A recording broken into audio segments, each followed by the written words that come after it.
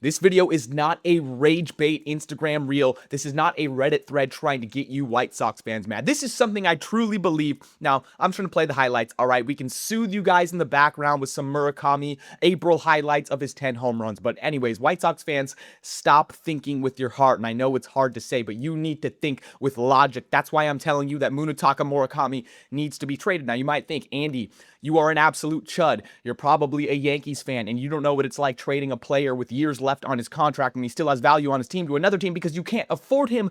I'm an A's fan, man, and I still remember Josh Donaldson going to Toronto with years left of control, him winning MVP, and you know who we got back in return? Well, first of all, we got Kendall Graveman, but second of all, we got Franklin Barreto, our number one prospect who was supposed to be our shortstop who hasn't played baseball since 2020. Oh my gosh.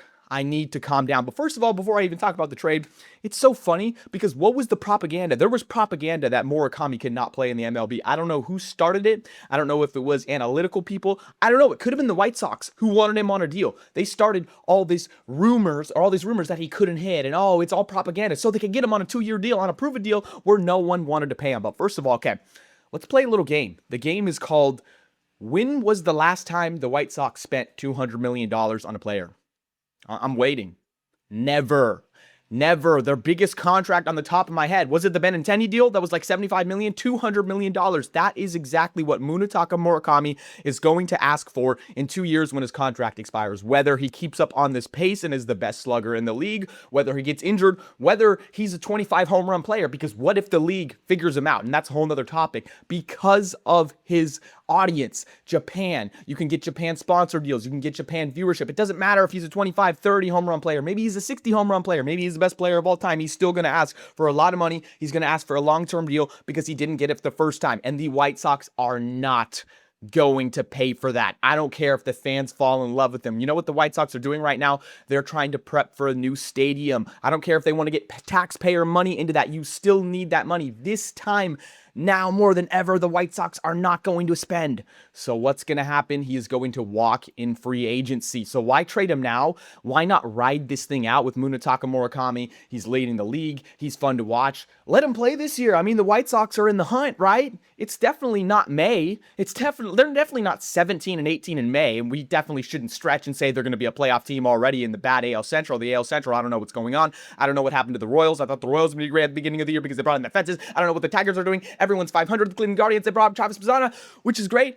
Dude, it's freaking May. So if your argument is that they should keep Murakami because they're going to win now, 1, it is May. 2, they're in the AL Central. 3, be realistic with yourself. You're not trying to keep a player so you can make the playoffs 1 season or 2 seasons. You are trying to keep a player and build so you can make it to the World Series year in and year out. Value right now for Murakami is at an all-time high because you can use one, the small sample size, and 2, you can use the other year of control. So if they were dumb enough to keep him, knowing that they weren't going to sign him in free agency after, if they were dumb enough to keep him for just this 1 year to get a little bit of revenue from the Japanese eyes and then trade him next year, you lost out on so much value of having that extra season that you could have got when you had him at his peak market value right now. Second of all, what if this is all a facade? What if the 14, 15 home runs is because the league hasn't figured him out yet and they're going to figure out him later, maybe next season or at the end of this season? Again, another thing that could drop his trade value right now. He is sky high. Are you not thinking that a team that has a farm system wants to get this guy, this power bat right now? He's walking. He has as many singles as home runs. They see him. That's against my A's right there. He's going deep. He's hitting it over the batter's eye, man.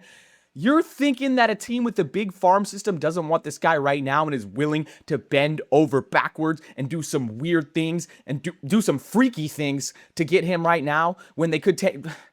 It just makes so much sense right now. He is leading the league. He might tail off. He might suck at the end of the season, but if you trade him, this is what the White Sox can build for. They want to build to be good with their possible new stadium in 4 years. Murakami's going to be gone. He's going to be way gone by that time. Why not get a haul, get 4, 5, 6 prospects that can hopefully speed up what you already have? Not completely flip your franchise, but speed up what you already have. This just doesn't make sense to have a guy on your team right now with this much value when you know you're not going to win. Now, maybe I'm taking the pessimistic approach approach. But again, this is the more analytical, this is the non-emotional approach. I'm completely detached from the White Sox franchise, unlike you White Sox fans that are literally screaming.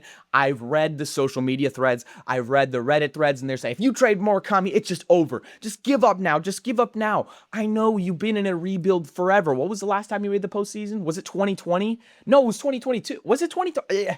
I don't know. 2020, I remember you played the A's, did you? 2021, 2022 series against the Astros, which doesn't seem like that long ago. It seems like it's been a constant state of rebuild, but this just doesn't make sense. I mean, you got lucky White Sox that no one believed in him in the first place, so you got him on a flyer prove-it deal, which literally should not have happened. I don't know why any team didn't go 4 years or more on this guy, but they were saying, you can prove it, we'll get you in free agency later, which is exactly what they did. But again, main reasons, his trade value is up here right now. You can get an absolute steal. You know you're not going to keep him after the end of 2 seasons, so if you know that, why keep him for an extra, which could drop his trade value? And again, the reason would be because of the revenue. Oh, he's getting the fans involved. Are the fans showing up to the games? To be honest, I don't really know about that. Maybe you're getting the Japanese viewership. Has the front office scored the Japanese sponsorship, the corporate sponsor deals? Are they doing a good enough job on that for revenue? Again, this is all front office president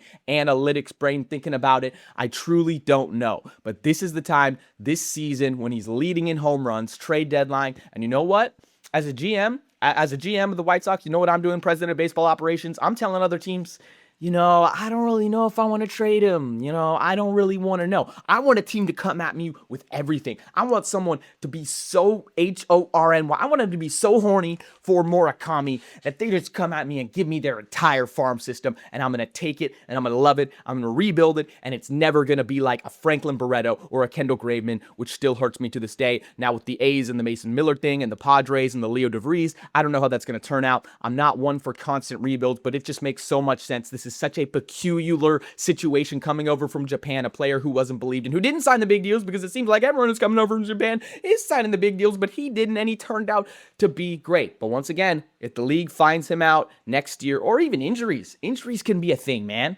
Players these days, they get injured. Make the safe choice, White Sox, because if not, this is going to hurt you and haunt you. I was the guy. I hate to be that guy, but I was the guy. But what was it? Shohei's year in 2023 when he was going to be a free agent next year. I was saying, Angels, if you truly believe you're not going to sign him, trade him. But that's the thing. You're competitive as a front office, as a team. The Angels thought they were going to sign Ohtani. They really thought they had him, and they thought they had him to the end. But if you are realistic with yourself and you know you're not going to sign a guy, he's going to go to a better team, get something out of it. Again, the Angels could be in a much better place. Instead, look at, they're still bottom of the barrel. What's ever going to happen to the Angels? Do you guys want to pool in your money with me and buy from Artie Moreno? Because I think he's thinking about selling the Angels. If we all pool in our money, maybe I get a couple more subscribers, let's buy them and let's make better decisions together. Anyways, that's the end of the video. Damn, that was 8 minutes of just pure stuff. Murakami needs to go. It's like that Colin Cowherd meme. He's like, hey, LeBron, we're good. It's Ben Simmons. Now, that aged horribly. Maybe this ages horribly. Anyways, I'm done. I got to show you guys something, though. I got to pause it. Okay, my computer's tripping out. Boom. Man, life's been kind of kicking my ass lately. I can't lie. And this quote, I'd rather go 0 for 30 than 0 for 9, because you go 0 for 9, that means you stop shooting. That means you lost confidence. I just need to keep shooting, man. I can't go 0 for 4, 0 for 5 and stop shooting. I'm going to continue shooting the ball. And you should too. Whatever life is doing to you and kicking your ass, keep shooting. You know what? Let's make a challenge. Me and you guys, we go 0 for 1,000. Like, dead ass. Let's go 0 for 1,000. Let's shoot as many shots as we can, and let's smile about it, because one's going to go down. One's going to go down big. And that's what I'm saying. Maybe the big fish is Munetaka Murakami, the Southside Samurai. I mean, the name's the best thing ever, man. The Southside Samurai. That's the best nickname ever. And I hated that there was some bad press about it, man. I love the White Sox broadcasters. I can't lie. Who is their play-by-play guy? I'm a play-by-play person too, so I can respect game, and I look up to a lot of these broadcasters. Who is their play-by-play guy? Because that guy has so much energy. I love him, man. The Southside Samurai. All right, I got to end this video. Remember, guys, go 0 for 1,000.